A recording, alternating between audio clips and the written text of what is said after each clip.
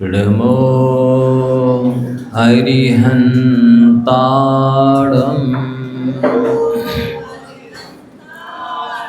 प्रणमो सिद्धाणं प्रणमो आयर्याणं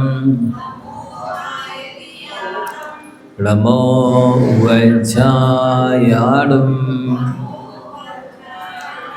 नमो लोये शव्यशाहुडम्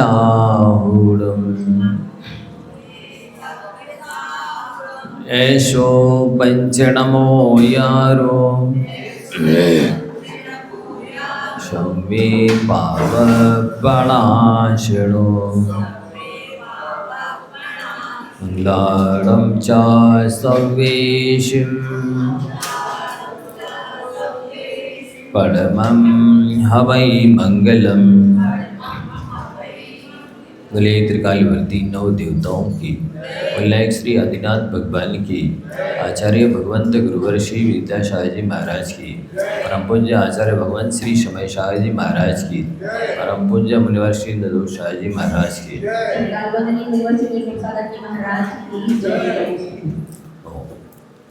प्रसंग चल रहा है तज्जयति परम ज्योति समम समस्तैरनंत पर्यायै दर्पण तले विशकला प्रतिफलति पदार्थ मालिका यत्र। पुरुषार्थ सिद्धिपाय ग्रंथराज में सम्यक दर्शन के 8 अंगों की चर्चा बहुत ही महत्वपूर्ण, जिनके बिना सम्यक दर्शन होता ही नहीं है, जिसके बिना जीव सम्यक धर्मात्मा कहलाता ही नहीं है, जिसके बिना आत्मकल्याण के पथ पर एक कदम भी नहीं चला जा सकता है। तो उपगुण अंग के बारे में कल बताया गया कि जैनाचार्यों ने, बड़े बड़े ज्ञानियों ने कहा है कि जो दूसरों की निंदा करता है, आलोचना करता है, चुगली करता है, उस व्यक्ति को उपमा दी गई है कि वो सुअर और कुत्ते की तरह दूसरों का मल साफ करता है अपनी जिह्वा से। वो उस माता से भी श्रेष्ठ है जो हाथों से बच्चे का मल साफ करती है। वस्तुतः उससे शत्रुता नहीं करनी चाहिए, उसे उपकारी मानना चाहिए। तो यदि कोई गलत करता है तो अपन को अच्छा करके दिखाना चाहिए। वास्तविक उपगुहनंग यही है। और जब हम अपने स्वयं के दोषों को छुपाते हैं, अपने बेटा बेटी के दोषों को छुपाते हैं, अपने जिससे बहुत ज़्यादा राग है उसके दोषों को छुपाते हैं, और प्राय ऐसा होता ही है कि जिससे राग हो जाता है तो उसमें कितने भी अवगुण रहे दिखाई नहीं देते, और जिससे द्वेष हो जाता है उसमें कितने भी गुण रहे वो दिखाई नहीं देते। इसलिए यदि आप चाहते हैं कि नकारात्मक जो विचारधारा है उसकी विदा हो जाए, जितने भी है निंदा, ईर्ष्या, घृणा, द्वेष, मद, मत्सर, विदले बदले की भावना इत्यादि जितनी भी नेगेटिविटी है, नकारात्मक विचारधारा है, वो सब चली जाए तो आपको प्राणी मात्र से हार्दिक प्रेम करना चाहिए। ध्यान से सुनना क्या कहा जा रहा है। जब प्रेम अनंत हो जाता है, जब प्रेम अनंत हो जाता है तो शरीर का रोम रोम संत हो जाता है। जब प्रेम अनंत हो जाता है तो शरीर का रोम रोम संत हो जाता है, जिनालय बन जाता है ये शरीर, और आत्मा भगवंत हो जाता है। आ गए समझे? याद हुआ कि नहीं? जब प्रेम अनंत हो जाता है तो शरीर का रोम रोम संत हो जाता है, जिनालय बन जाता है ये शरीर, और आत्मा भगवंत हो जाता है। इसलिए अपने शरीर को जिनालय बनाना चाहते हो, रोम रोम को संत बनाना चाहते हो, आत्मा को भगवंत बनाना चाहते हो, तो प्रेम करना सीख जाओ।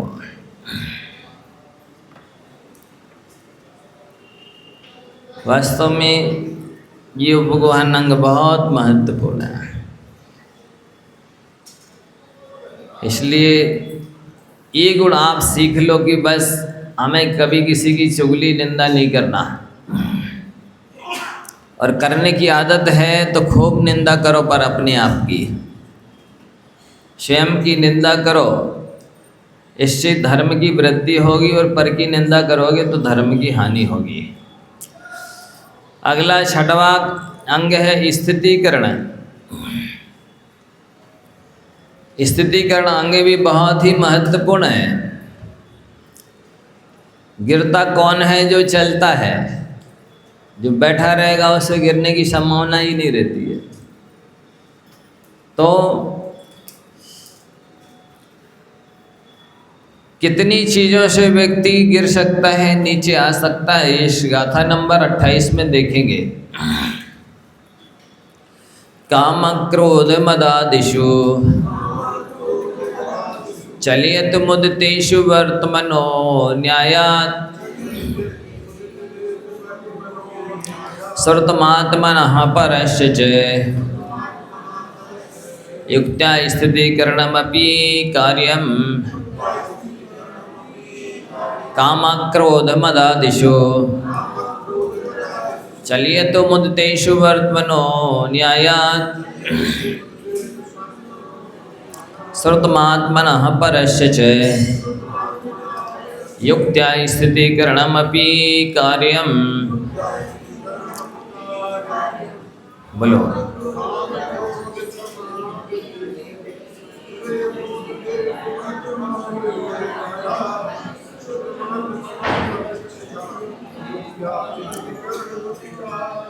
काम से विचलित हो सकता है साधक, कोई भी साधु, कोई भी त्यागी वृत्ति धर्मात्मा।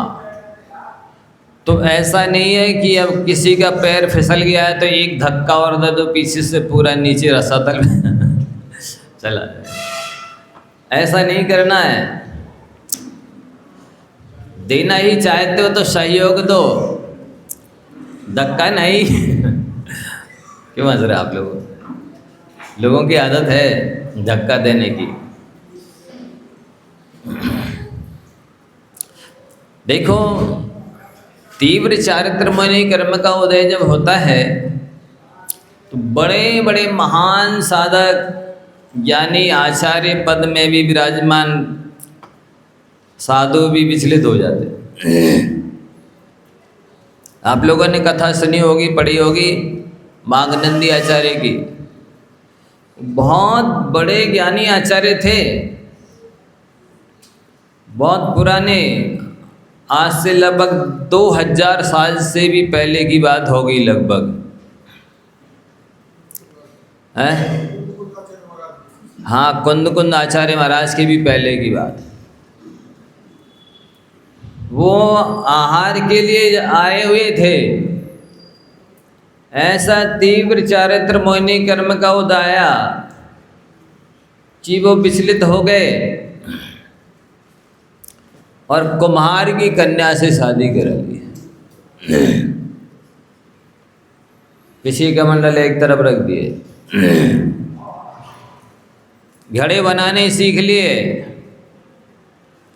घड़े बनाने लग गए। इतना होने पर भी साधु संग में उनके प्रति घृणा द्वेष का भाव नहीं आया,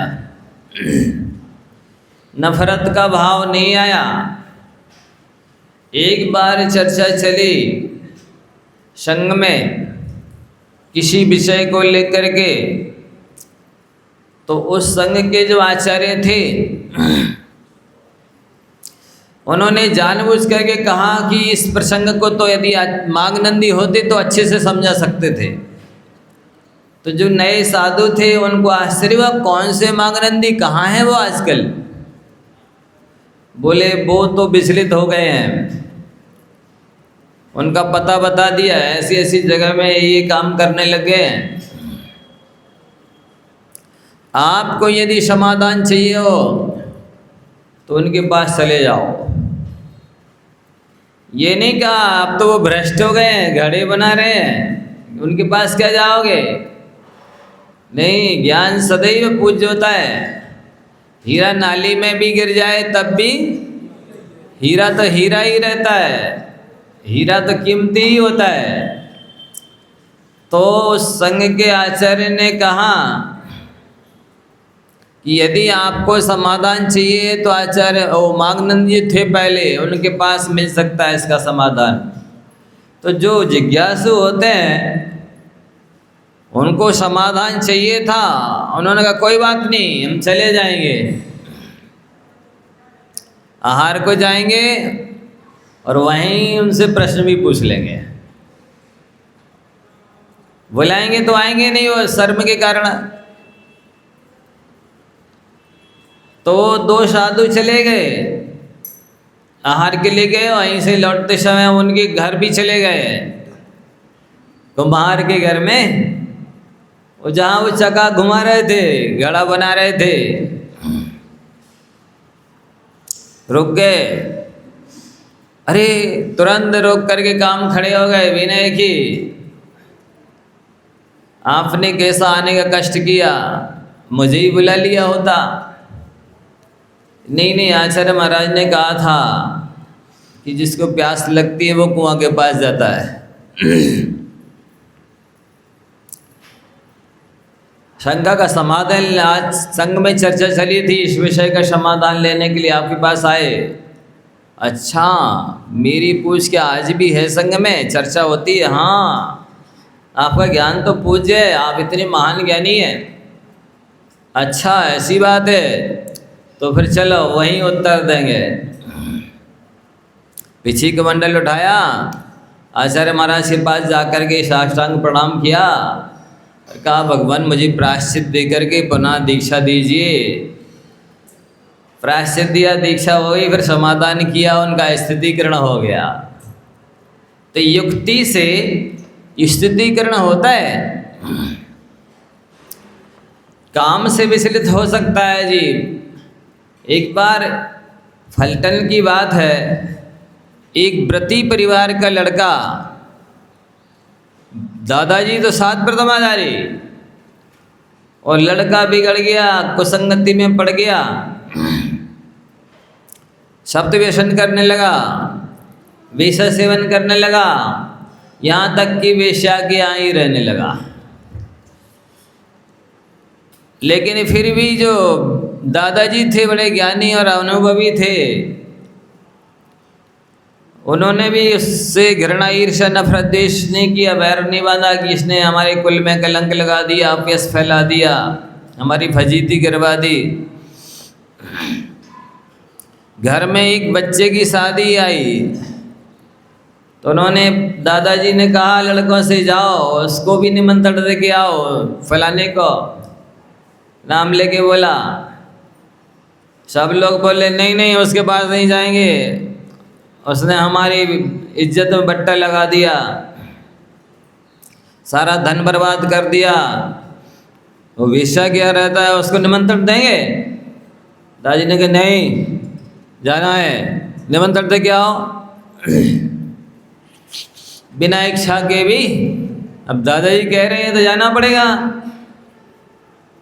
गया एक लड़का, उसका नाम लेके पुकारा, घर में फलाने की शादी है तुम आ जाना।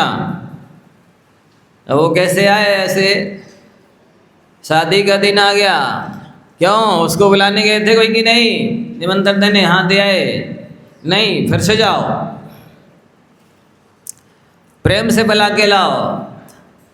फिर से गया, कहा दादाजी ने बुलाया है, आपको बारात में चलना है, चलना ही है, बारात नहीं जाएगी आपके बिना,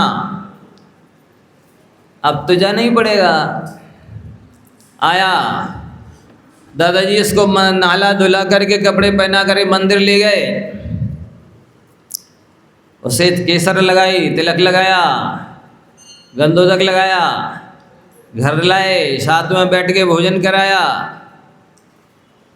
बारात में ले गए, बहुत अच्छा व्यवहार किया।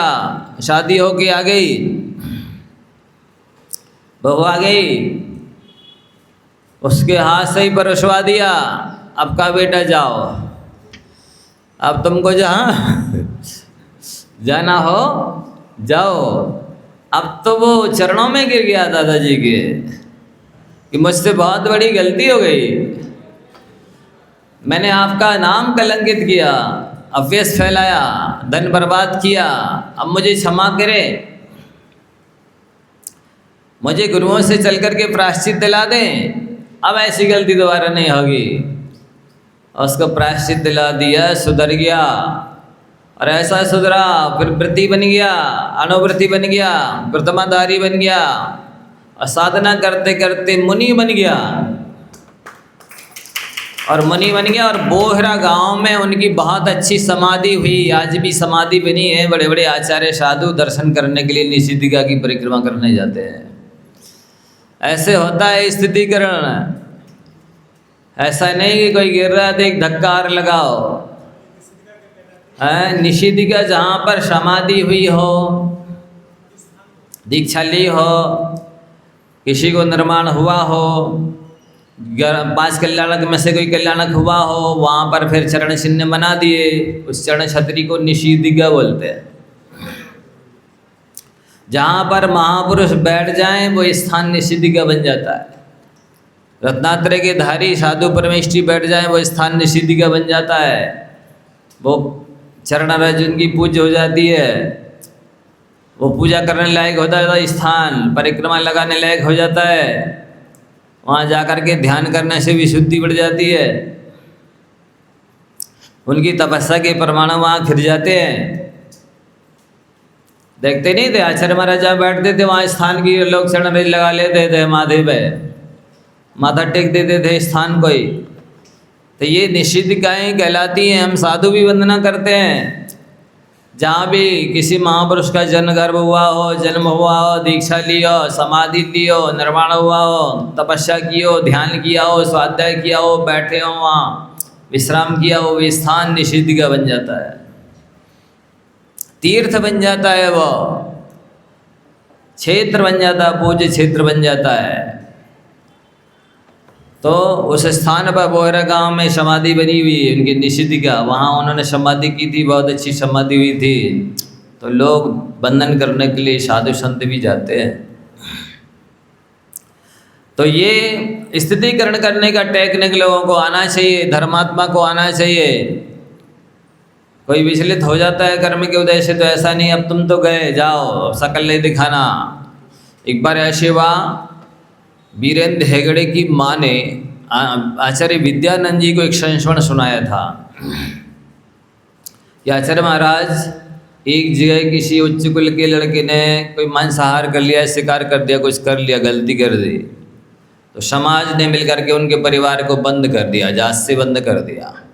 वो प्रभावशाली परिवार था, उसके परिवार में सैकड़ों लोग थे, उसके भक्त भी, अनुयायी अनुचर बहुत थे। उसको जात से भी बात बंद किया तो सैकड़ों लोग जैन धर्म से वंचित हो गए। अभिषेक पूजा सब छूट गई, दान पूजा छूट गई। तो हाँ, लगभग हर साल जिस दिन उनको जाति से बंद किया था, वो एक दिन जैन मंदिर में, दिगंबर जैन मंदिर में आते सारे लोग, वो विधान करते हुए पूजा करते, वंदन करके चले जाते। तो बोले ऐसा होना चाहिए क्या आचार्य महाराज? आचार्य महाराज ने कहा नहीं, स्थितिकरण होना चाहिए, ऐसा बंद करने से सैकड़ों लोग धर्म से वंचित हो गए, ये ठीक नहीं है। जिस व्यक्ति ने गलती की है उसका स्थितिकरण करो।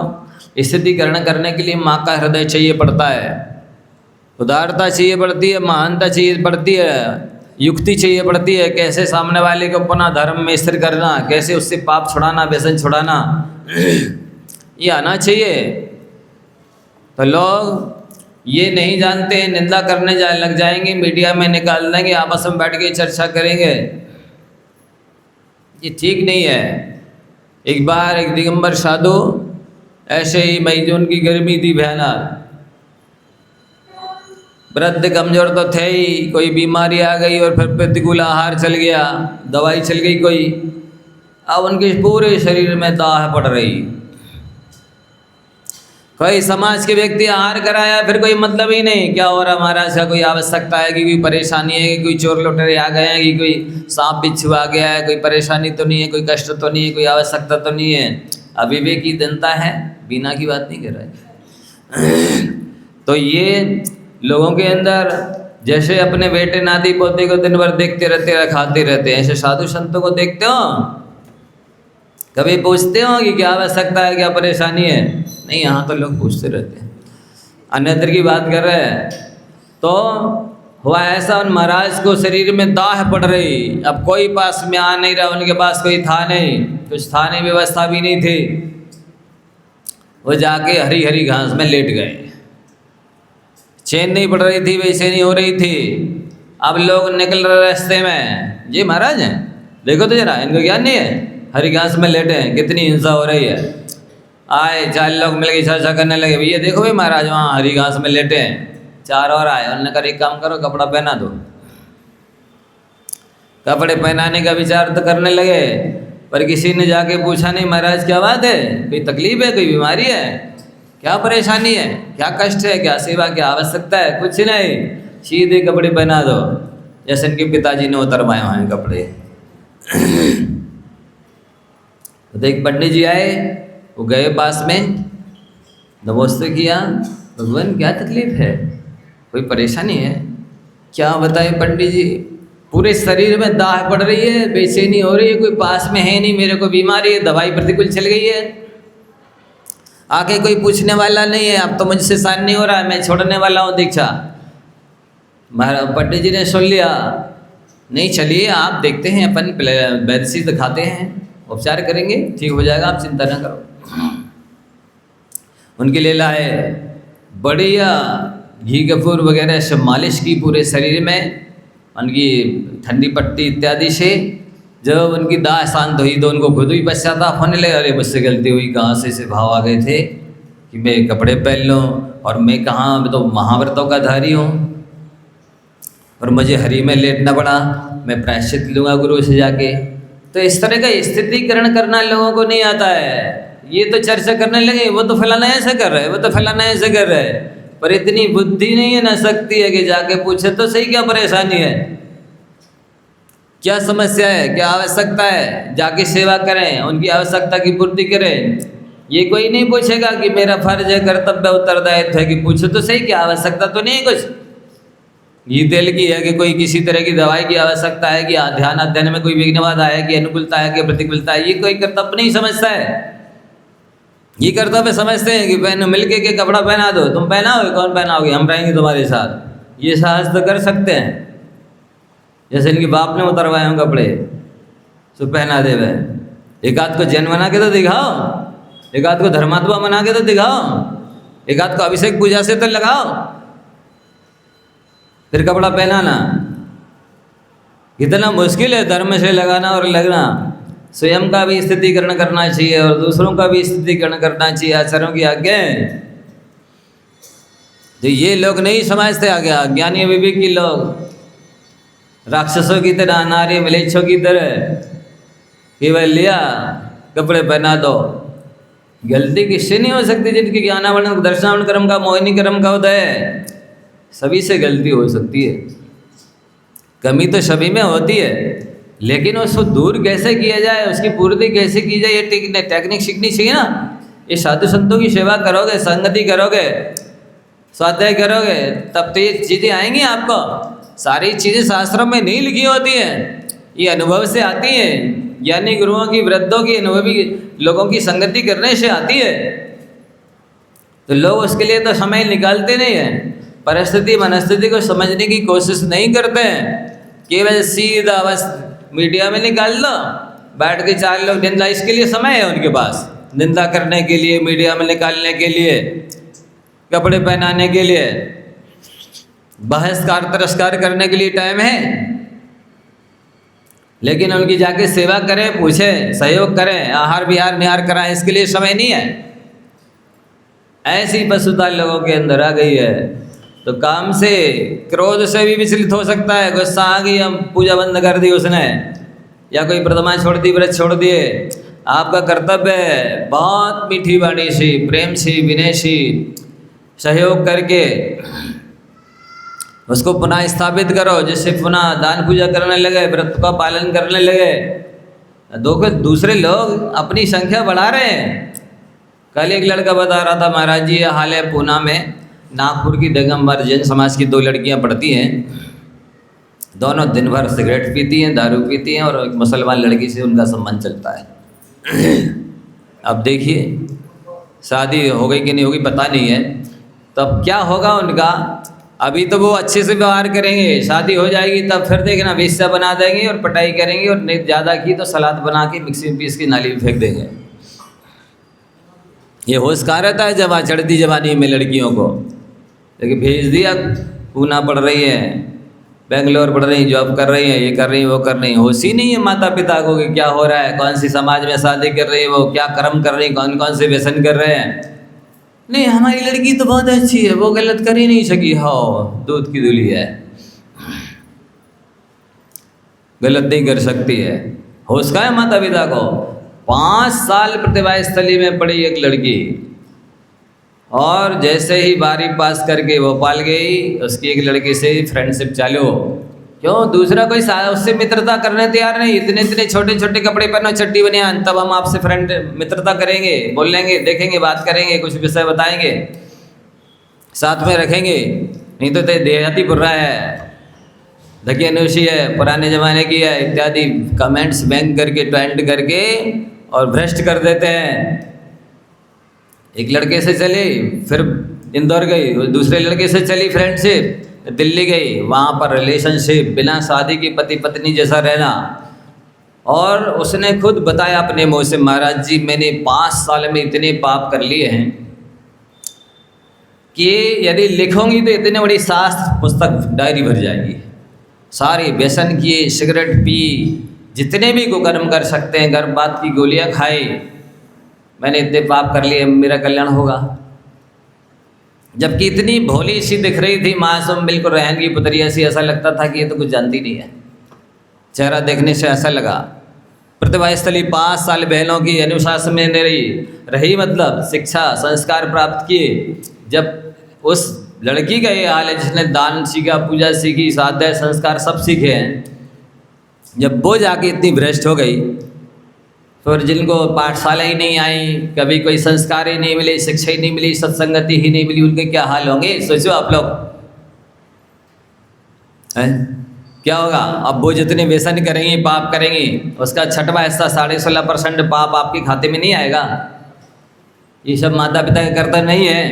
लड़की को छोड़ दे, चढ़ती जवानी में बाहर भेज दें, हैं? इतना विश्वास। और वो एक दिन पहले ही उसी लड़की की माँ कह रही थी, महाराज जी मेरी लड़की बहुत अच्छी है, वो गलत नहीं कर सकती, जिसका मैं ये चरित्र बता रहा हूँ। एक दिन पहले उसी लड़की को मैंने भी देखा तो मुझे लगा बिल्कुल लगभग 21-22 साल की होगी, 12, 6, 18, 17, 18 साल में वो चली गई भोपाल प्रतिभा स्थली से निकल करके। भले 17, 18 साल से 22 साल तक तो मुझे होश ही नहीं रहा, जा करके मैंने सारे पाप किए। इतनी सिगरेट पी के और जल गए, एक बार इतनी दारू पी ली कि ऐसा लगा अब तो मरे। तो हम लोगों का 2 महीने प्रवास रहा, कक्षा में आई, समझाया, बहुत अच्छे से समझाया, उसकी मानसिकता लगभग बदल गई। फिर हमारे बाद कोई यारी का संग आया, उनकी सन्निधि में आई और सुधर गई। फिर हमारे पास आई, मैंने प्रेरणा की चलो जाओ आचार्य महाराज के पास, मानव जीवन का उद्देश्य यही है कि आप आत्म कल्याण करो, आपके पास बहुत प्रतिभा है। मैंने मनोबल बढ़ाया, आपकी जैसी प्रतिभा तो लाखों में नहीं है, बाकी में लाखों लड़कियों में कोई एक लड़की बता दे कि मैंने ऐसे पाप किए। शायद मोरी तो अपनी ज़िंदगी में एक ही नहीं बताया कि मैंने इतने पाप कर लिए हैं। कौन बताता? कोई नहीं बताता। और भी इतनी भोली भाली लगती हैं कि बिल्कुल दूध की धुली है, कुछ नहीं जानती। और वो कह रही मैंने इतने पाप किए कि लिखूंगी तो इतनी डायरी बन जाएगी। सोचिए। तो ऐसा उसका पुण्य, तीव्र पुण्य रहा। आचार्य महाराज, उसकी माँ भी गई थी, उसने व्रत मांगा, आचार्य महाराज ने माँ से पूछा दे दें ये पाल लेगी? उसकी माँ ने कहा हाँ दे दीजिए, आचार्य महाराज पाल लेगी। एक साथ आजीवन ब्रह्मचर्य मिल गया। अब उसका इतने अच्छा जीवन बदल गया अब वो साधना कर रही है, अध्ययन कर रही है, बीच बीच में आती रहती है, मार्गदर्शन लेती रहती है, आशीर्वाद लेती रहती है, सुधर गई। अब इतना कहती महाराज जी थोड़ा सा संस्कार पूर्व के हैं, सब माइंड में कभी कभी घूमते हैं, इसका प्रायश्चित दे दीजिए। मैंने कहा ठीक है, धीरे धीरे हो जाएगा। तो ये स्थिति है जब संस्कार प्राप्त लड़कियों की, और भाई बड़े घराने की, पैसे की कमी नहीं है, और जा कर के वो सारे व्यसन कर रही हैं, मैंने दिन दहाड़े सिगरेट पी रही हैं, दारू पी रही हैं, और नीच जाति के लोगों से संपर्क संबंध कर रही हैं, 8 दिन इससे, 8 दिन इससे, 5 दिन इससे, 15 दिन उससे। अब क्या कहें इनको, चलता प्रथा वेश्यालय कहें कि नहीं कहें, क्या कहें इनको, धर्मात्मा कहें, हैं जैन कुल की हैं ये? देखिए जरा, हैं ये स्वर्ग मोक्ष की तैयारी कर रहे हैं कि नरक पशुगति की तैयारी कर रहे हैं?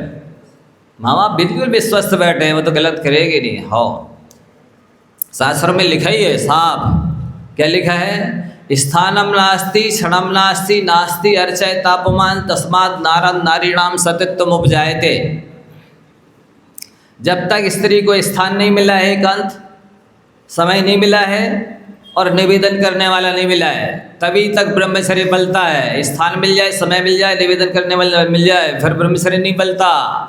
अब आप देख लो उनके पास किसकी कमी है? स्थान की कमी है, समय की कमी है, निवेदन करने वाले की कमी है? नहीं। भलेगा व्रत उनका? नहीं। सीधी सी बात है, फिर किसके खाते में पाप जाएगा? जिस माँ बाप ने पैदा किया है, उनका कर्तव्य था कि वे सुअर कुत्ते की तरह 12-12 एक-एक दर्जन पैदा करके छोड़ना दे कि जाओ बेटा खाओ गो खाओ, इष्टा खाओ और घूमो फिरो। इस कर्तव्य था कि जन्म दिया है तो संस्कार दो, शिक्षा दो, संस्कृति की रक्षा करो। ज्ञान महत्वपूर्ण, पढ़ाई महत्वपूर्ण नहीं है, चरित्र महत्वपूर्ण है। वित्तम ही नष्टम किंचित न नष्टम, शास्त्रम ही नष्टम किंचित विनष्टम, वृत्तम ही नष्टम सर्वम विनष्टम। इंग्लिश में भी क्या है? Wealth is last, nothing is last, health is last, something is last, character is last, everything is last. पैसा गया है तो कुछ नहीं गया है, और पैसा भी कमाया है तो कुछ नहीं कमाया है। शास्त्र गया है तो सब कुछ चला गया है, और चरित्र चला गया तो सब कुछ चला गया। शास्त्र जाने पर कुछ जाता है, और चरित्र चले जाने पर सब कुछ चला जाता है। क्या बचा है? क्या इसलिए मनुष्य पर्याय मिले थे? जब बड़े बड़े आचार्य निमित्त मिलने पर विचलित हो सकते हैं, मागनंदी जैसे, तो ये जवान लड़कियां चढ़ती जवानी में ये रहेंगी, जवान बराबरी के लड़कों के साथ घूमेंगी, अकेले में बच्ची रहेंगी, सवाल ही नहीं है। तो इस तरह से स्थिति है। और ये कि वो दूसरी स्थिति है, यहाँ पर बहू यदि 6 बजे 8 बजे 10 बजे 12 बजे उठे, 8 बजे 10 बजे 12 बजे, तो चलेगा आप लोगों को? बताइए। जब बहू का उठना नहीं चलेगा तो बेटी का उठना क्यों चला रहे हो? बेटी सोती रहनी चाहिए 8 बजे 10 बजे 12 बजे तक। जब बहू को कुछ नहीं आए तो चलेगा? तो बेटी को कुछ नहीं आता है, क्यों चलाते हो? बहू को सब कुछ आना चाहिए, तो बेटी को भी सब कुछ सिखाना चाहिए। क्या बेटी को जैसी आत्मीयता देते हो वैसी बहू को नहीं देनी चाहिए? नहीं देते हैं तो फिर वो रात में पति से उल्टा सीधा भिड़ाती है। सो फिर पति माँ को और बहन को सबको पीटता है, माँ बाप के साथ उल्टे सीधे व्यवहार करता है। वजह यही है कि आपने बहू को अच्छे से आत्मीयता नहीं दी है, बेटी की तरह नहीं अपनाया है, इसलिए वो पति से भिड़ाती है उल्टा सीधा, कहती अलग हो जाओ, और अलग नहीं हो रहे तो वो पीटता है, उल्टा सीधा व्यवहार करता है। जो पूज्य हैं, उपकारी हैं, हितैषी हैं, वो इस तरह से पत्नी के चक्कर में आके दुर्व्यवहार करता है। ये आपको स्थितिगत करने का तरीका सीखना चाहिए। एक बार एक लड़की अब पढ़ लिख के आई, कॉलेज से निकल के आई, कुछ तो सिखाया नहीं ने माना है, ना कपड़े धोना सिखाया, ना बर्तन मांजना सिखाया, ना झाड़ू पोछा सिखाया, ना भोजन पानी कैसे बनाया जाता है, कैसे अतिथि सत्कार किया जाता है, कैसे दाल पूजा की जाती है, कुछ भी नहीं। जाओ बेटा तुम तो पढ़ो, हम नहा ले सब कर लेंगे, भोजन बना लेंगे, कपड़े धो लेंगे, बर्तन मांज लेंगे, झाड़ू पोछा सब कर लेंगे, तुम तो बेटा आ जाना 12 बजे उठ के, सो हम थाली लगा देंगे, खा के चली जाना, फिर आराम से जो करना हो मोबाइल पे देखते लेना, फिल्म वगैरह। पढ़ाई लिखाई कर रही है बिटिया, कुछ भी नहीं सिखाया उसे, कुछ भी नहीं बताया कि कैसे करना है। अब शादी हुई, बस जाके अब जिस परिवार में गई है वहाँ के लोग अपेक्षा क्या रखते हैं? बहू विनम्रता से बोले, मीठा बोले, समय पर काम करे, समय से उठे।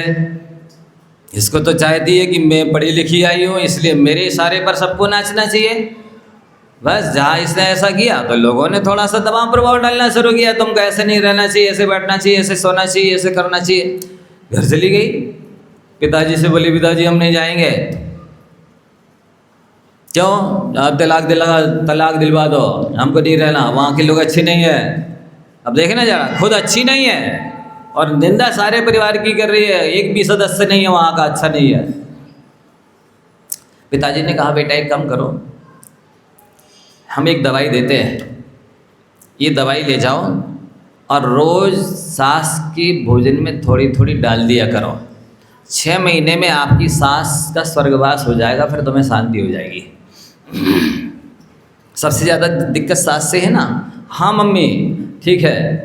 पिताजी वैद्य थे, उन्होंने 6 महीने की पुड़ियाँ बना दी, लो बेटा ये ले जाओ, एक बार ट्राई करो 6 महीने तक। लेकिन एक बात, एक काम करना। जी बता दो क्या करना है पिताजी? एक एक पुड़िया रोज भोजन में देना, इससे लो पाइजन है। और साथ ही ये बात ध्यान रखना, खूब विनय करना, विनय करने में किसी की कमी नहीं करना, सेवा करने में कमी नहीं करना, समय पर भोजन नाश्ता सब कुछ देना सबको। ऐसा व्यवहार करना जिससे लोगों को ये एहसास ना हो कि बहू ने मार डाला सास को। ठीक है मम्मी बिल्कुल ध्यान रखूंगी, अब तो बिल्कुल किसी को टच नहीं होने दूंगी कि मैंने मारा है। आ गई 6 महीने की पुड़िया लेकर के, रोज एक एक सास की पुड़िया भोजन में डाल देती। अब जब बहू ने समय पर उठना, समय पर सोना, समय पर भोजन पानी नाश्ता सब देना, हर चीज़ में ख्याल रखती, तो सास तो उसने हाथों पर उठा लिया, मेरी बहू तो लक्ष्मी आ गई, गिरा लक्ष्मी आ गई, मेरी बहू तो बिटिया से बढ़ के है। वो उसने गले से लगा लिया, बहुत प्रेम से रखने लगी। सास बहू का ख्याल रखती, बहू सास का ख्याल रखती, आत्मीयता प्रेम संबंध बहुत अच्छे हो गए। अब बहू को भी ऐसा लगने लगा कि यार तो सास बहुत अच्छी है और मैंने 2 महीने दवाई चला दी है, अब ऐसा ना हो ही मर जाए। तो फिर से वो मायके गई, ध्यान से सुनना आप लोग। अब पिताजी से बोली पिताजी वो मेरी सास तो ठीक है और मैंने 2 महीने दवा चला दी है, अब वो मर ना जाए, कोई दूसरा दवाई दे दीजिए, क्योंकि वो 2 महीने खा चुकी है तो बहुत कुछ असर तो शरीर में आ ही गया होगा, मतलब 30-40% तो डैमेज हो गई होगी।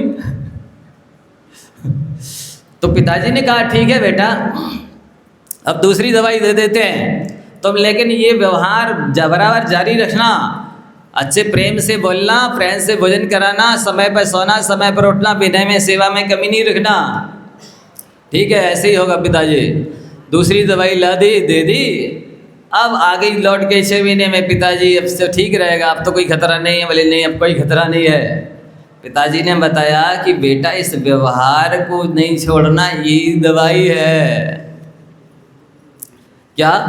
ये प्रेम से बोलना, मीठा बोलना, समय पर सोना, समय से उठना, एक दूसरे के सुख दुख का ख्याल रखना, मर्यादा में रहना।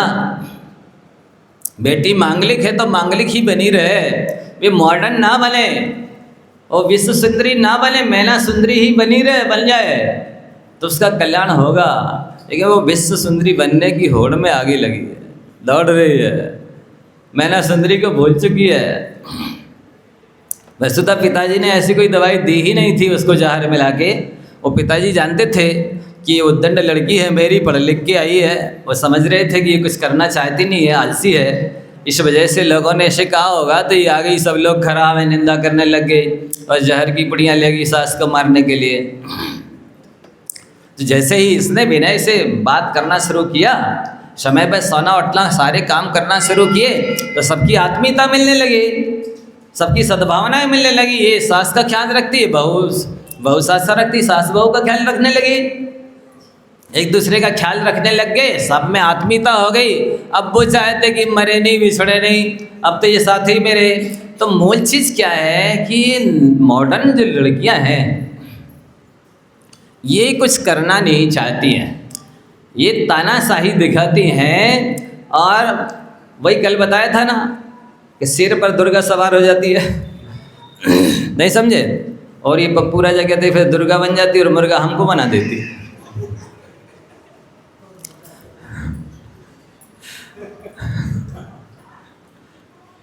तो आपके नेचर की वजह से ही ऐसा होता है। आप यदि अच्छा व्यवहार करें तो आपको अच्छा व्यवहार मिलेगा, और आप चाहें कि नहीं हमारे इशारे पर सब नाचे, हमारी सेवा उल्टी करे, तो ऐसा कैसे हो सकता है? दोनों तरफ से होना चाहिए।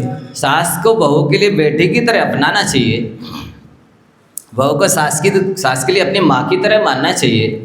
समय से उठेंगे नहीं, सोएंगे नहीं, समय पे काम नहीं करेंगे तो गृहस्थी कैसे चलेगी? श्रावक के 6 आवश्यक हैं, देव पूजा, गुरुपास्ति, स्वाध्याय, संयम, तप, दान। ये आवश्यक करेंगे तो घर भी स्वर्ग बन जाता है। जहाँ दान पूजा इत्यादि होते हैं, ऐसी गृहस्थी के लिए इंद्र भी तरसता है।